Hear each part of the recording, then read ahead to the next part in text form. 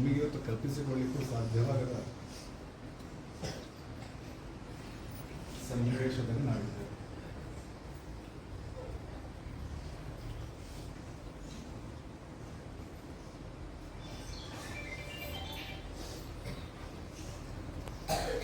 ಸಲೀಂ ಮತ್ತು ಅವರ ಕುಟುಂಬದ ಒಂದು ಕುಡಿಯುತ್ತಾದರೂ ನಮ್ಮೆಲ್ಲರ ಭಾವನೆಯಲ್ಲಿ ನಮ್ಮ ಇಡೀ ಶಾಲೆಯ ಒಂದು ಕುಟುಂಬದ ಸದಸ್ಯ. ಇವತ್ತು ನಾವು ಆ ಹುಡುಗರನ್ನು ಕಳ್ಕೊಂಡಿದ್ದೇವೆ. ಇನ್ನು ಶಾಜಿಲ್ ನನಗೆ ನೆನಪು ಮಾತ್ರ.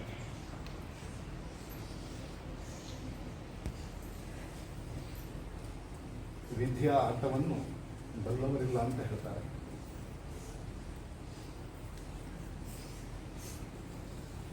ವಿಧಿ ಯಾವ ಕಡೆ ನಮ್ಮನ್ನು ಕರೆದುಕೊಂಡು ಹೋಗ್ತದೋ ಆ ಕಡೆ ನಾವು ಹೋಗಬೇಕಾದ್ದು ಅನಿವಾರ್ಯ.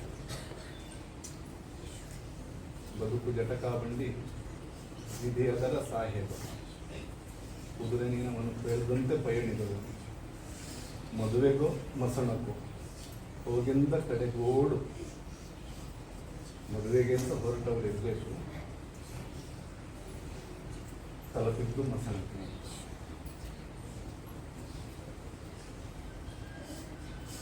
ಹುಡುಗ 1ನೇ ಕ್ಲಾಸ್ ಆದರೂ 10ನೇ ಕ್ಲಾಸಿನ ಮಕ್ಕಳವರೆಗೆ ಬಹಳ ಆತ್ಮೀಯ ಒಡನಾಟ.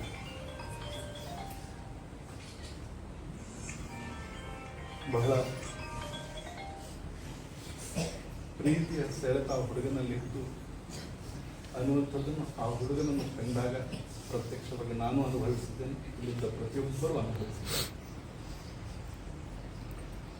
ಮುಖ್ಯ ಶಿಕ್ಷಕಿಯಿಂದ ಹೇಳಿ ತರಗತಿ ಶಿಕ್ಷಕಿಯವರೆಗೆ, ಹೈಸ್ಕೂಲ್ ಮುಖ್ಯೋಪಾಧ್ಯಾಯರು, ಸಮಿತಿ ಎಲ್ಲ ಪದಾಧಿಕಾರಿಗಳು, ಎಲ್ಲ ಸಂಘ ಸಂಸ್ಥೆ ಅನೇಕರು ಕರೆ ಮಾಡಿ ವೈಯಕ್ತಿಕವಾಗಿ ನನ್ನಲ್ಲೂ ಮಾತನಾಡ್ತಾರೆ.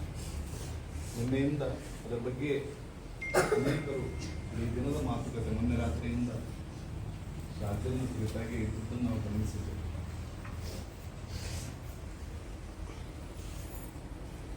ಮಾತು ಯಾವುದನ್ನು ವರ್ಣಿಸಲಿಕ್ಕೆ ಆಗುವುದಿಲ್ಲ. ನಾವು ಬೇಡುವಂಥದ್ದೆಷ್ಟೇ. ಅವನ ಹುಡುಗನ ತಂದೆ ಲೈಕ್ ಅಪಘಾತದಲ್ಲಿ ಚಿಕಿತ್ಸೆ ಪಡಿತಾ ಇದ್ದಾರೆ. ಶೀಘ್ರವಾಗಿ ಗುಣಮುಖರಾಗಲಿ. ಅವರು ಸಾಮಾಜಿಕ ಕ್ಷೇತ್ರದಲ್ಲಿ ತನ್ನನ್ನು ತಾನು ತೊಡಗಿಸಿಕೊಂಡು ಮೊನ್ನೆ ವಾರ್ಷಿಕೋತ್ಸವದ ಸಂದರ್ಭದಲ್ಲಿ ದರ್ಪದಲ್ಲಿ ಮುಂಚೂಣಿಯಲ್ಲಿ ನಿಂತು ಎಲ್ಲ ಕೆಲಸ ಕಾರ್ಯದಲ್ಲೂ ತೊಡಗಿಸಿಕೊಂಡ ಒಂದು ಸಲೀಂ ಶಾಲೆಯಲ್ಲಿ ಮಾತ್ರ ಡ್ಯಾನ್ಸ್ ಮಾಡ್ತಾ ಇದ್ದದ್ದಲ್ಲ, ಮನೆಯಲ್ಲೂ ದಿನದ ಎಚ್ಚರಾವಸ್ಥೆಯಲ್ಲಿ ಅಷ್ಟು ಹೊತ್ತು ಡ್ಯಾನ್ಸ್ ಮಾಡ್ತಾ ಇದ್ದ ಹುಡುಗ.